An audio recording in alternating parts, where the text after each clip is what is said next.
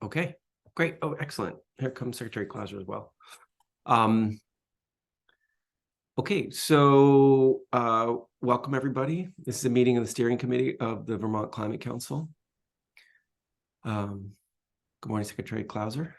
Good to see you. All right, so we have a quorum here. Graham, Liz, Kristen, Julie, Kelly, we're here. As usual, we've got an agenda that's online. It came out, unfortunately, on Friday. I apologize for those of you who didn't get a significant amount of time to review it. It looks like it's in the chat. Thank you, Marion. Before we dive into it, any quick questions on the agenda as you look at it? You can see, I'm actually happy to just share that if you're okay with this, Secretary Clauser. I'll just share the agenda and walk through it quickly. Hang on just a second. So we have a couple things we want to do today. In addition to our housekeeping, we want to talk about work planning and the reaction that the council had, and then what that means for who's actually going to do the work, update that work plan and incorporate that feedback. A similar conversation around biomass. What's the next step? I have some ideas about activating the writing group, but let's just, you all as a group are the right group to confirm the pathway on that. We wanted to do a quick check-in on two things that are related. One is what's going on with the Senate appointments. And I understand Kelly and Jared have been talking, and Jane's been talking a little bit too. Unfortunately, Jane can't join us right now, but just a quick update on that. And then also around subcommittee co-chair vacancies, in particularly the Rural Resilience and Adaptation Subcommittee. So that's something we need to look at, because that subcommittee is something that has a request, right, to work on things related to something from the speaker. And then looking at initial agenda for the council's next meeting, which is in December. Public comment at the end, some final reflections, and we're done. So that's what we had on deck for today. And let me just check if any questions or concerns about that. I see Jared's here too. That's great. Happy to jump in. Okay, I'll take that as a yes. Awfully quiet today. Thumbs up. Thanks, Jared. All right, signs of life. Excellent. All right, so let's drop this. First thing is the housekeeping thing. Notes from September 11th. Your meeting on September 11th.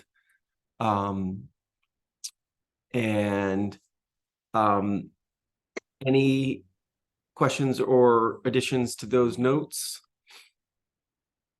Any concerns about those notes? Anybody need a little more time to scan those notes?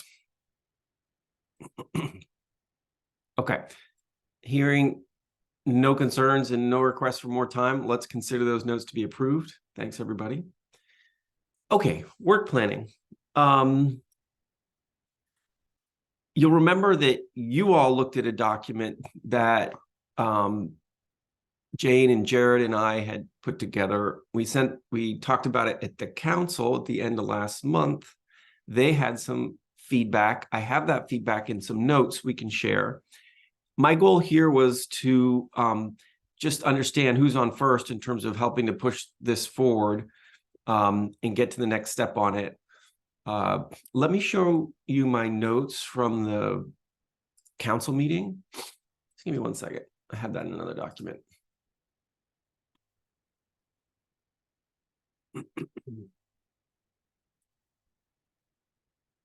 Okay, so these are my minutes from our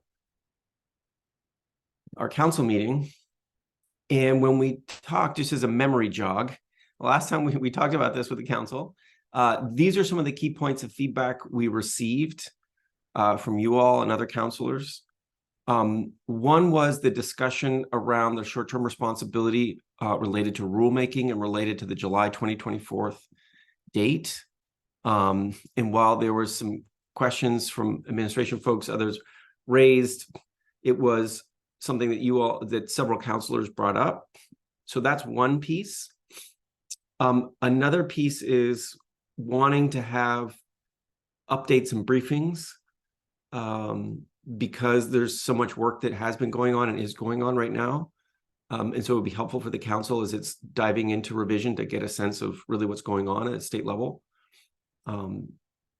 to increase everybody's knowledge, and a request that sort of diverse experience be brought to the table on some of these issues in particular, like adaptation resilience.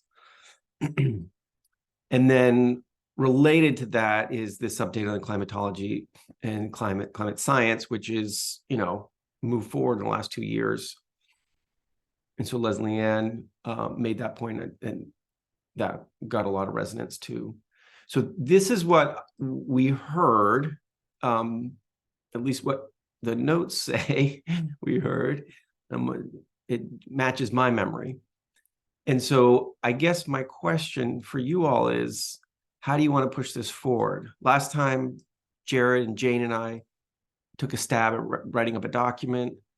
I don't want to voluntold anybody to do anything, but does someone want to step up, either with me or with me and Jane, and take another whack at this based on this? Or some other pathway for updating the work planning? Yeah, Jared, go ahead. I'll just offer that I think these notes look good, and I think that it seems to me a fairly straightforward and complementary addition to the initial draft. I don't see anything here that is in conflict. I think it's all just additional detail, additional information that's helpful to inform the planning. So I guess my thought is, let's just incorporate these suggestions that we heard from the council into that initial draft and bring it back. And I'd be happy to continue to be a part of that process. Okay. That's helpful. Thank you. Secretary Moore? Yeah, I just want to and have the disadvantage of both having had to drop off before the end of the last meeting and not yet been able to watch the tape. But my understanding, based on the input I received from staff, is there may not be full agreement around what is required by July 24.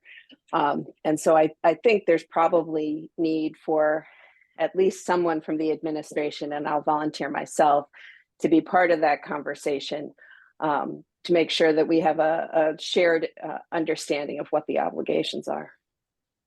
Thanks, Secretary Moore. I'm glad you brought that up, because that is something that came up in the meeting as well. And so I think some greater clarity about how the different players, whether it's administration or members of the council, view that would be helpful.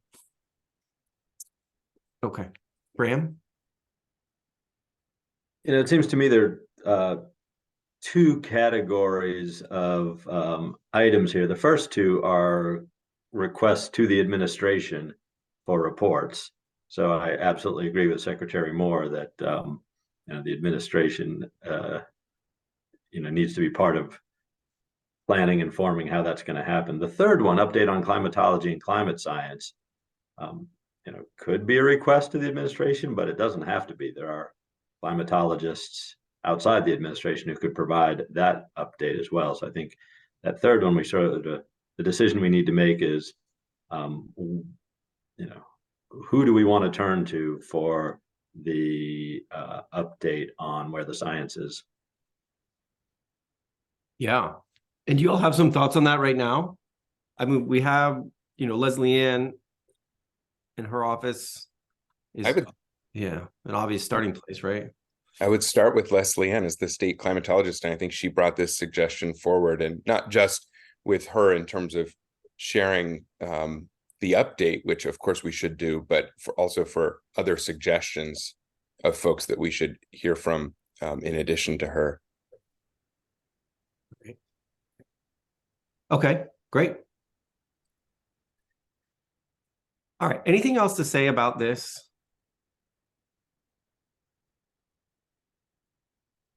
Let's make a deadline for ourselves, just for Yes. for giggles.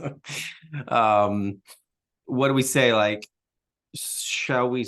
The problem is we can't work over email as a full group. And I'm not quite sure when our next meeting is, probably next month.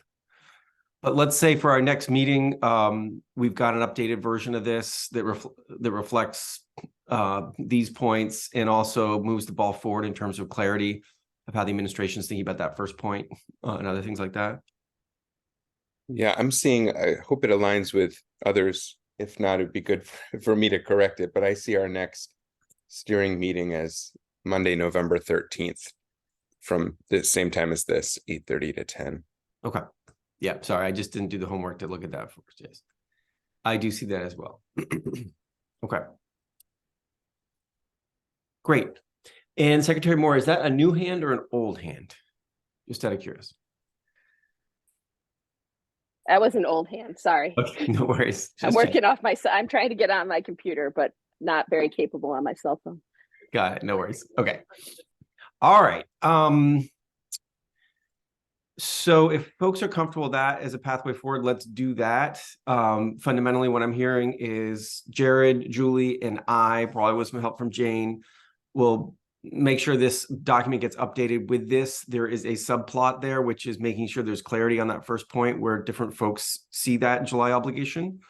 And then also checking in with Leslie Ann about how she would recommend doing an update for the council. And all that, let's pull that into next meeting so you have something to look at and respond to. Sound good? Okay, great.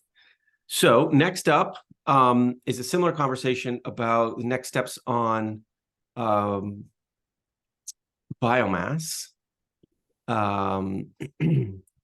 There we also had some significant conversation in the council. I have also notes from that. Actually, I'm going to make this easier to read. I will share those notes right now.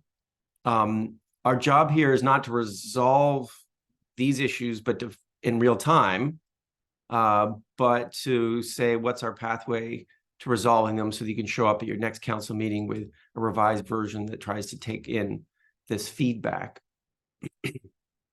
All right, so these are the notes I have from the biomass conversation. So there's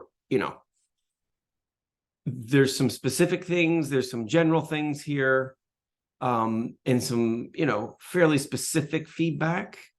There was significant public comment around it as well, which we have notes on, and then the final coming back together. So these notes we have. I'm curious how you all feel, but I sense there's an opportunity to pull that writing group back together, take these notes, and come up with a version for the next council meeting. Bram?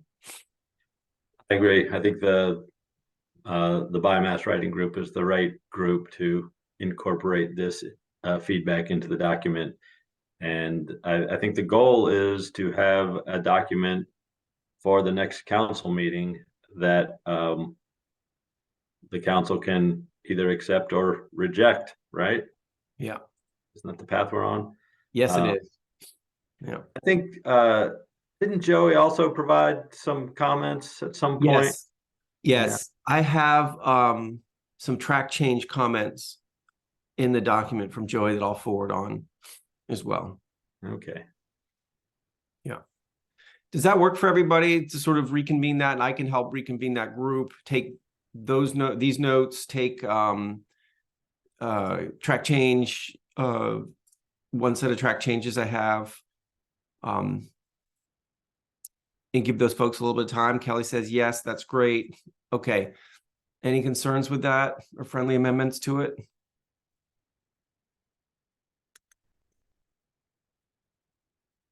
Okay, great. Let's do that. All right. we're cooking along here. So the next piece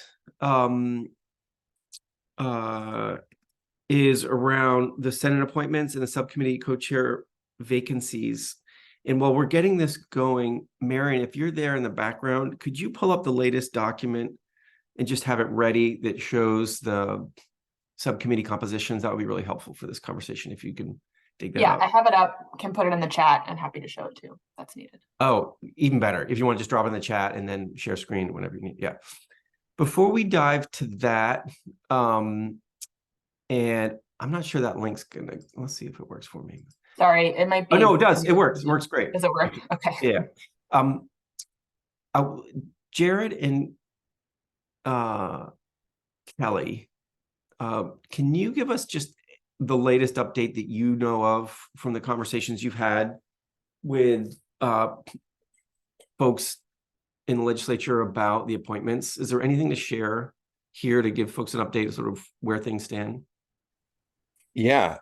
So I think it was a few weeks ago now, Kelly and I, as the two Senate appointees on the steering committee, sent an email to the Committee on Committees, which is the Senate president, and his chief of staff, so Phil Bruth and Ashley Moore, the Lieutenant Governor, David Zuckerman, and his chief of staff, Lisa Gerlach, and then also Senator Mazza.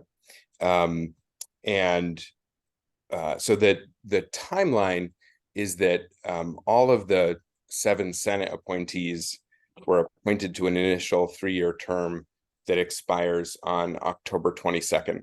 And so the first step was gathering information, which the Senate Committee on Committees has been doing to see which of the existing or the currently serving counselors wanted to seek reappointment.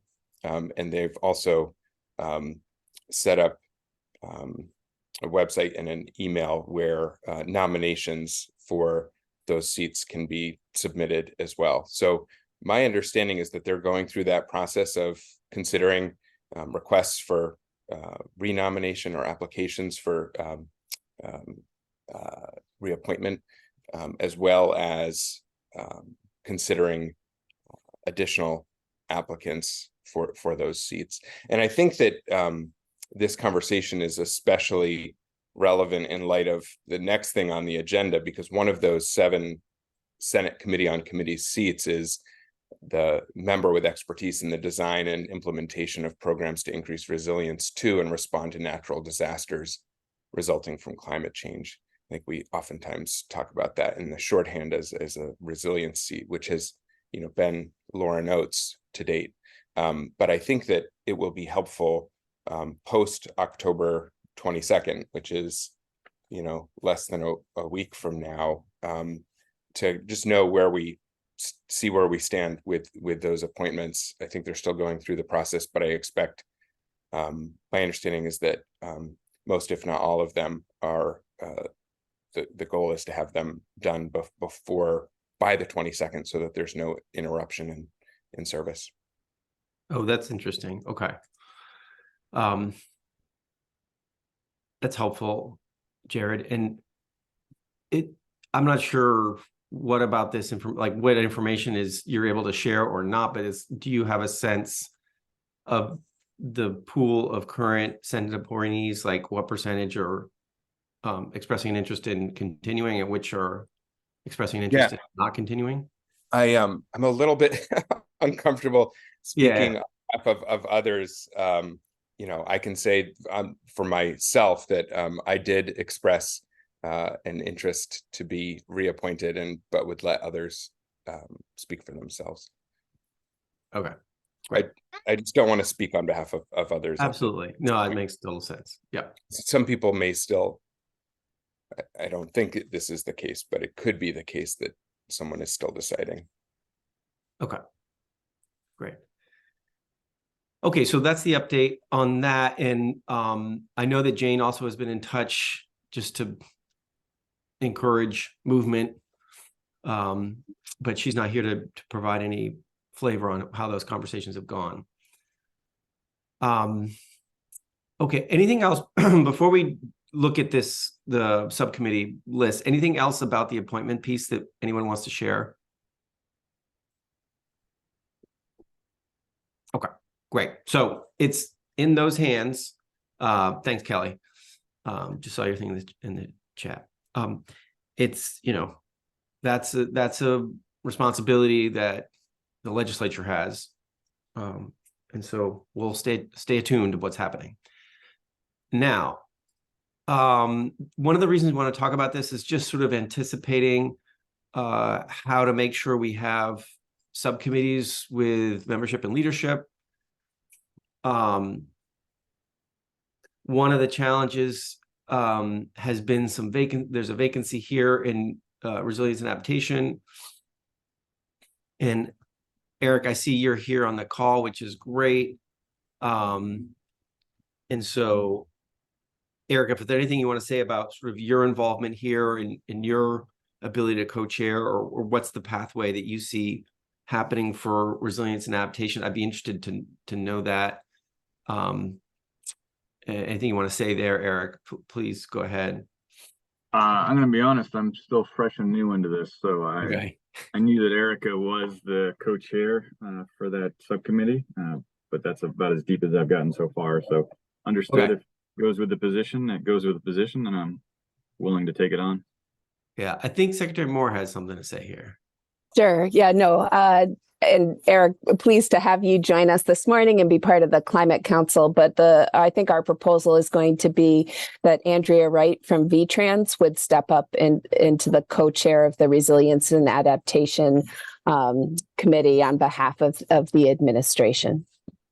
And I think Andrea is also on the line this morning. And just some of this is trying to spread the work around a little bit, but also recognizing the central role transportation infrastructure has in our resilience conversation. Okay, great. Thanks, Andrea. Okay. So there still is another vacancy here. In addition, Andrea, if you're able to step up and play that role. And this, was help me out. My brain is just a little slower than it should be. This was either Lauren or Catherine, right? It's originally Catherine. Dimitrick was the co-chair. Yeah, Catherine. Yeah. Represented rural communities. Yep. Right. And so we went from having two sort of folks on the council from regional development, mindset, to losing both of them. So that was, I'm not quite sure. I'd be interested, Secretary Moore, if there's been some conversation internally that I'm not aware of, like how to think about this. No. No, and the reality of it is, I think in general, we've leaned on the legislatively appointed members to identify a co-chair from their mix, trying to the maximum extent possible to have it be a climate counselor, recognizing that it is very challenging for the administration members of the council to serve directly as co-chairs, given our other responsibilities. We often appoint a delegate, or maybe now it's across the board, have a delegate. But would love to see a counselor who's willing to step up and serve as co-chair. Okay.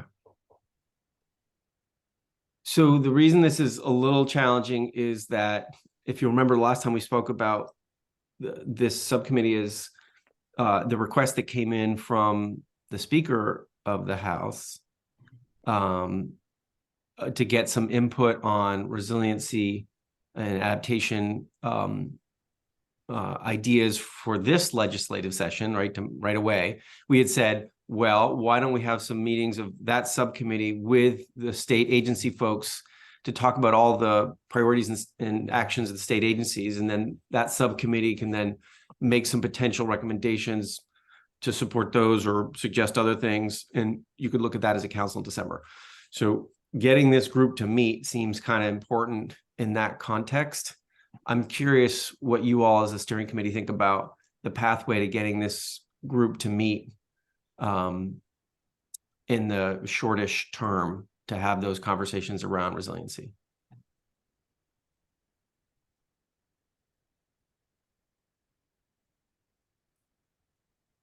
Any thoughts?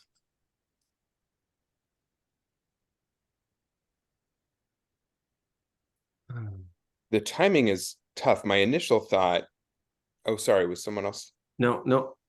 Oh, Is that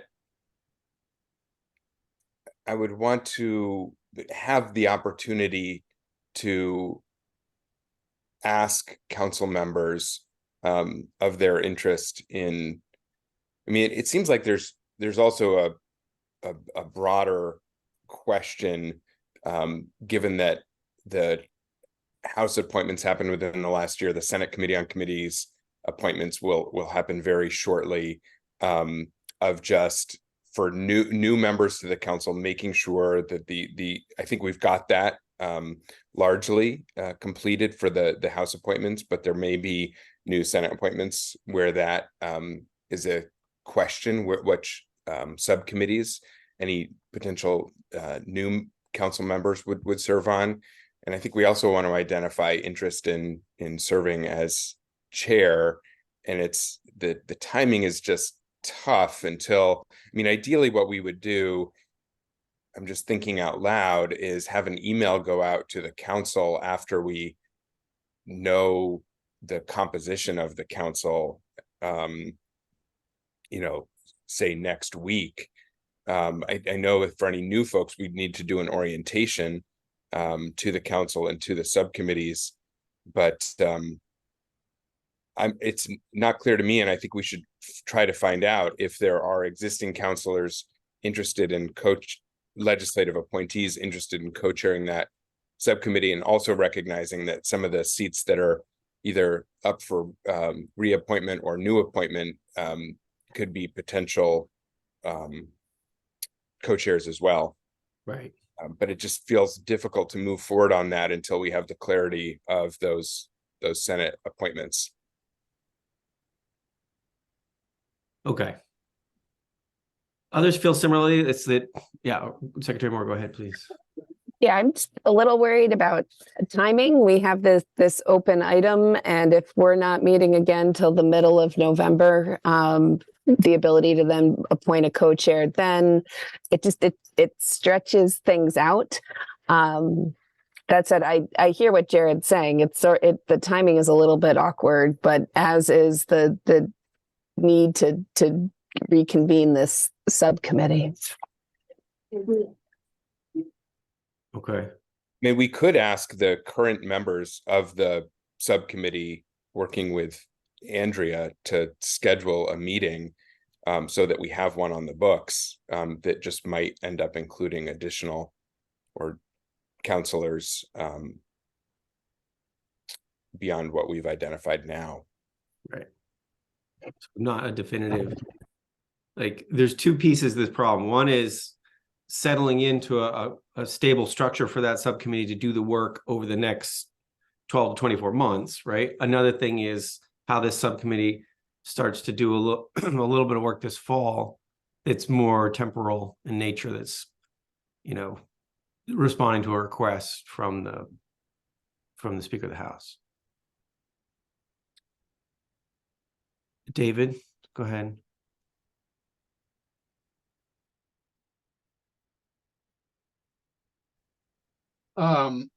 You should know that, or members should know that I have asked the Speaker to convene the House representatives, because as you said earlier, the people representing the House and Senate are supposed to be selecting or electing within their membership people to the leadership roles of these committees.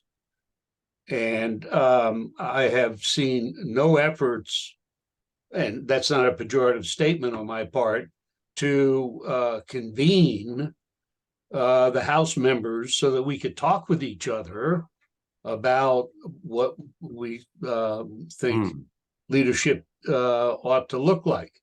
Now, whether she will or won't, I am just telling you that I have made the request. Okay. Great. Thanks, David. That's helpful. All right. I wonder, Andrew, I don't want to put you on the spot here, and I'm just also learning about your willingness to step up in this role, but could you imagine over the coming weeks, like this committee, as it starts to get its leadership structure in place and there's some moving pieces, but even in that condition, being able to have some meetings about what's going on with state government priorities, and any input that the committee might want to suggest up through the council that could be passed back to respond to the request from the House? Yeah, I can definitely imagine that. I don't think that's out of reach. I think there's definitely a need to kind of reconvene and reset because it's been a really long time since that subcommittee has met. So we just kind of have to do some regrouping and sort of level setting, understanding what has been done, where we are, and certainly where we need to go. Starting with that response seems appropriate. Okay.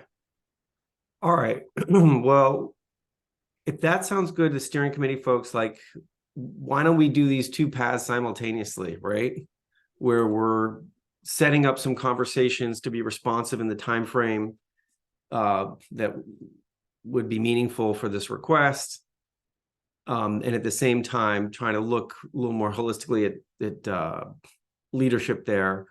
Maybe include, I mean, Jared, fingers crossed that after that November 22nd deadline, there's actually some clarity, and that provides October 22nd. Excuse me, October 22nd. Yeah. And that clarity also helps in this conversation about who actually will be involved. Okay. Is there anything else we need to say on this, or are we sort of gone as far as we can go on these issues? There is one other question, which is around ag and ecosystems. You know, in the case that Abby, of course, doesn't seek to continue, that subcommittee will also need some leadership together with, and I think Secretary Moore, Billy Coster still up for being a co-chair there, right?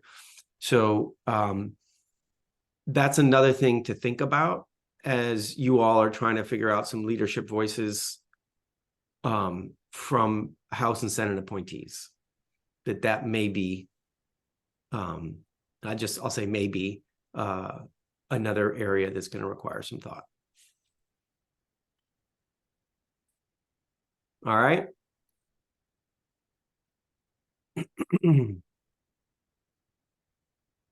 All right.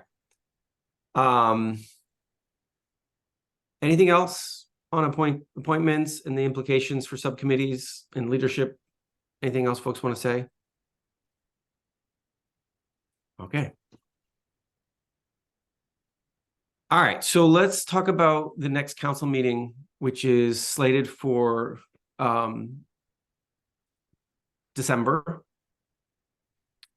In the agenda, I had named a couple of things that I have heard you all say you'd like to do. Let me see if I can get them in the chat, if I'm good enough about it. There we go. So those are sort of 3 things that I've heard that you'd want to do in that next council meeting. The biomass piece, as we've talked about, what we just talked about in terms of looking at any kind of guidance that the council wants to give on the sort of immediate term on resiliency priorities to be responsive to that request, hopefully coming out of the subcommittee thoughts. And then also you said you'd like to be able to review the draft annual report to the legislature that Jane typically drafts up for the council. That's what I've heard. Secretary Moore? I'd like to suggest that we get an update on the state hazard mitigation plan. I think it's really important to the conversation around resilience and should be final by then. It's in the throes of being finalized as we speak. Okay. And can you say a little bit more about that in order just be like what Sure, would you like it's the a council to, but what would you like the council to do or know about that? I think that there are there's a need for extensive coordination between the recommendations we provide around resilience and adaptation and what the state has identified as priorities. Eric may be able to speak to it in more detail. I see he came on camera and saved me from myself. Yeah, I agree. If you're trying to work those two things in parallel, it's not going to work. You have to make sure that they all work in tandem with each other. And it's supposed to be finalized mid-November. Great. Okay, the two things being the state hazard mitigation plan and then resiliency priorities and things like that, right? Okay. Including, I see through any update we'll be making to the climate action plan, right? Like we need to have that awareness of what what that document says to inform our work. Great. So it seems like it's a natural complement to the conversation about resiliency priorities and things like that. Okay, great. Bram? I think we are drawing close enough to when the revised climate action plan is due that we probably want to circle in on what it is we want to get done, what things we have to get done for that plan. And I'm thinking specifically then being able to have each subcommittee have its sort of priority task list of things that need to get done so they can be incorporated in the next climate action plan. I think for cross-sector mitigation, it's pretty clear the big thing that has to get done for the next revision is to address transportation. And I'm sort of less clear on what the big things that the other subcommittees have to get done on that timeline. So I think getting clarity around that so that it all comes together on the right timeline would be valuable. Can I just do a quick back and forth on that, Bram? When we wrote up that work plan, we kind of imagined that priority setting moment or that sort of identification of the big things happening early next year, I think, according to the plan. And so I wonder if the subcommittee is going to be ready to do that. So maybe we can take that as a challenge when Jared and Julie and I sit down and look at that work plan. Like if subcommittees are going to be in a place to do that by December. Yeah, I don't know about by December, but if the plan is to do that in Q1, I think sort of the December meeting is when we sort of all, make clear to each other and everyone that, here's the work that's going to get done between the December meeting and the spring meeting. Right. Okay, that's helpful. Yeah. Thanks, Bram. Liz? Hey, thanks. I just want to add an endorsement to what Julie said. I think the state hazard mitigation plan is basically like key and I think it's required reading for climate council members. It is a deep, there's just a lot in it. And so thinking about the recommendations that we had from our draft, wanting kind of more reporting or, more understanding of what the state is currently doing, that particular plan fits it exactly. So it might be worth not just like telling people about it and sending the link, but considering, I don't know, a little bit more of a walkthrough just to make sure people really focus on it. Because I agree that a lot of the stuff in there not only is aligned, but like needs to be aligned as we do the next plan. So yes, what Julie said. Nice. Thanks, Liz. Okay. All right. And so I guess what I'm hearing here is that expand the conversation around resiliency priorities to be a conversation that's state hazard mitigation plan, resiliency priorities, and how all those fit together, potentially even looking ahead to an update of the climate action plan. Let's make sure we use the December meeting to get our subcommittees really focused on the work ahead. Either they come ready to talk about some content, or they come ready to say, this is how we're going to get to those priority pieces of content in the coming months. Anything else we want to say about this, about the meeting in December? I have something that I think relates to the meeting, but it goes back to the previous conversation about subcommittee co-chairs and how we go about that process. So if there's anyone who has anything that's directly about this meeting or about the agenda for the next council meeting, I'm happy to hold, but if not, I want to bring that up. Okay, yeah, let's hold 1 second. Anything else specific to the meeting agenda in December? Okay. Right now, it looks like a pretty beefy agenda, right? So we've got a biomass conversation that is always requiring some thought. We've got a in-depth resiliency conversation that includes walking through the state hazard mitigation plan and any potential thoughts that coming out of the subcommittee process.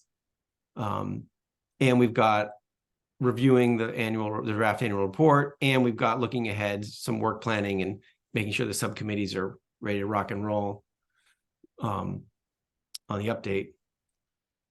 Seems like we got a lot. So yeah, and there may also, related to that last piece that you just brought up, David, there may be a piece of bringing back the revised work plan document to share with the council after you and Julie and I are able to meet to incorporate those suggested revisions. Great. Okay. Super. Jared, then go ahead on your idea with the subcommittee co-chairs. Well, it's not really an idea, it's more of a question. So, I'm putting in the chat the or did I say suggestion? I meant question. It's more of a question. Yeah. I just put in the chat the link to the governance document it speaks about a leadership structure for the subcommittees on page 6. Says that each subcommittee will have co-chairs. It's not, unless I'm missing something, and someone please tell me if I am, it's not explicitly clear about the process for selecting co-chairs. And my recollection is that originally the subcommittee membership, including co-chairs, was decided on by the council. And then when there were vacancies or there was a co-chair step down, those subcommittees nominated a co-chair, and then that came to the steering committee for kind of final endorsement or approval. And so I just think it's worth pausing to make sure that we're clear on the process here, because I think it's a pretty clear process for making subcommittee appointments, but the co-chair roles, I don't think it's as explicit as it could be. So I think that's two things. One is, am I missing something? Two is, if I'm not, then let's try to come to agreement now on what that explicit process is. Is it the subcommittees identifying their co-chairs? Is it a council meeting where the council is approving co-chairs? Is it a process where the steering committee is selecting or requesting nominations for co-chairs, and then the steering committee decides? I just think it's not entirely clear, and I don't have a suggestion on how to do it. I just want to pause to make sure that we get clarity there. Thanks, Jared. I'm glad you brought that up. Indeed, it's not super clear in the document, right? What's clear in the document is you all as a steering committee have the authority to approve membership in subcommittees. That's one of your things. Yeah. But it's not clear how the co-chairs are selected. I think, as we just saw right now with Secretary Moore, like the administration will likely internally do some work to figure out who the administration representative co-chair is, right? Yeah. That feels like a clearer path where the administration does its work. David Dean actually just put something out there like, it feels like that should still be formalized at a steering committee meeting. yeah. I mean, Right. of course, deference to the administration in selecting who they want their co-chair to be, but I think it would be good to formalize that in steering committee minutes so that we know that. Okay. Yeah. Okay. Just yeah, to Victor jump Moore. in there, I think that is actually like the appointment of subcommittee members, including chairs, I believe, is a steering committee responsibility. We may want to check that in the process roadmap, but I think at least my understanding all along has been those nominations do need to come here for approval before they take effect, regardless of whether they're coming from the administration or not. Yeah. Sadly, it's not super crystal clear in the document. Right. Because it doesn't include the word co-chair. It just says, approved membership in subcommittees. Then maybe we should make that change since we haven't finalized it yet, correct? We have not, although we agreed to it in the council, so it's a little squirrely to change it after the council agreed to it. Okay. I think you all can come up with a proposal and, that it seems right in your wheelhouse to do that kind of proposal of how this should happen. David, you want to jump in there quickly? I don't think it's unclear at all. I don't argue that it needs to be rewritten so that it becomes functional, but that sentence is very clear. Each subcommittee will have co-chairs. One co-chair will be a council executive appointed member or their designee, and one co-chair will be a council member appointed by the legislature. Now, that's a silly statement. The legislature is not going to convene for a while. I'm sorry, I'm being somewhat facetious. Well, can I quickly interrupt there, David? Because that sentence, maybe it was poorly constructed. What it means is that co-chair is one of the counselors who had been appointed by the legislators, not suggesting that the legislature then appoints. Right. It's just What a poorly constructed sentence. Is that needs to be rewritten. Yeah. Because as it reads right now, the legislature should appoint. So that's not a great phrasing. That was never the understanding. Yeah. That's a mistake. And some bad English, my bad. Okay. So don't forget, I'm a newbie here. I'm not wasn't part of all of the understandings that went forward before. Right. Okay. So I wonder if the idea here is to not overcomplicate, but just to simplify and memorialize. I think that's where you're going with this one, right? Jared's like, we don't need to overthink this. We know that there's going to be a co-chair that the administration will figure out who would be appropriate from their end. We know that there's a need for another co-chair from among the pool of counselors that were appointed by the legislature. We don't have a super clear path about how you identify and then confirm those two co-chairs. And so if you all want to say something about that, great. The way it's worked in the past is like just trying to find people who are willing to step up has been the goal in the past. Yeah, I mean, I think we could just, in the interest of simplicity, and again, this would have to be approved by the council, but one option would be to say, not just that subcommittee membership, but that subcommittee membership and leadership is approved by the steering committee. Yes. And that nominations for members and co-chairs are welcome from the subcommittees or from anyone on the council. And of course, the council always has the ability to, make a different decision. The steering committee is at the service of the council trying to help move things forward between meetings. Ultimate authority, of course, resides with the full council, but if that helps from a process perspective, that would seem to me to be a kind of clean option where we're just adding a couple of words to help give some clarity. But I think either way, we still need to identify who those folks willing to serve in those legislatively appointed seats in a co-chair role would be, not legislatively appointed co-chairs. Yeah. Yeah. Okay. All right. So, just as an understanding among all of you as steering committee members, it feels good for you to clarify, probably with some edits to this document that can then be, signed off on by the council eventually. But for now, edits to this document that say essentially steering committee approves not only the membership, but also leadership. The subcommittees themselves can confirm their leadership, and then that goes to you all as a steering committee. There's work behind the scenes that needs to happen to actually identify people who are willing to take on these roles, right? Because these are tough roles sometimes. They're rewarding roles and tough roles.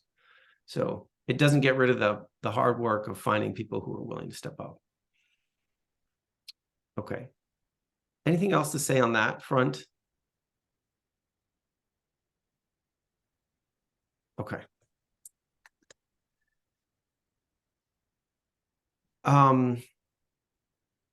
Okay. I think that's it from what we wanted to do on the topic areas, unless there's other thoughts about the December meeting that haven't been expressed yet. Okay. Great. Super. So this is an opportunity for public comment. I'm actually not seeing members of the public, but if anybody's here wants to chime in, I see TJ's here, Billy's here, Ryan, others. Feel free.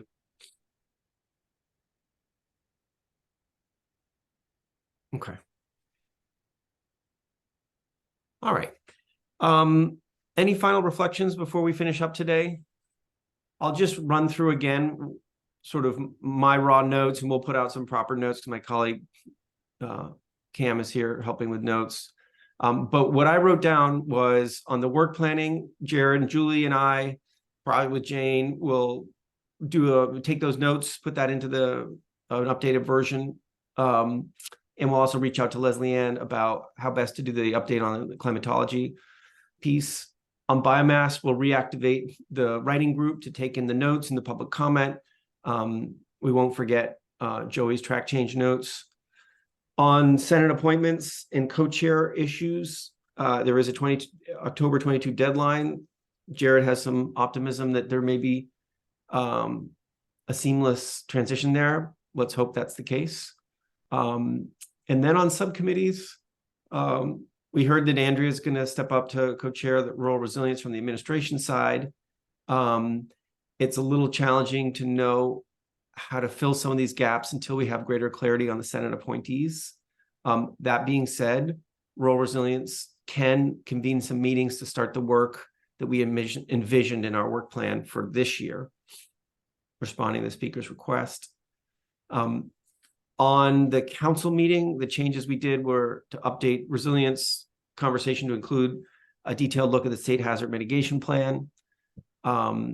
We need to revisit work planning, making sure subcommittees are on track to really identify their focus areas. And then the final thing, we just had the conversation about the pathway towards selecting co-chairs and just clarifying that because it's not super clear in our document right now. That's what I've got. Anything else? Anything I missed? Okay. I think then we will all get a half hour back in our lives. I'm sure you're not upset about that. So happy Monday, everybody. Take care. We'll see you next time and expect some follow-up traffic based on all this. Have a great rest of your week. Thanks, David. Thanks, everybody. All right. Thanks, everyone. Bye-bye.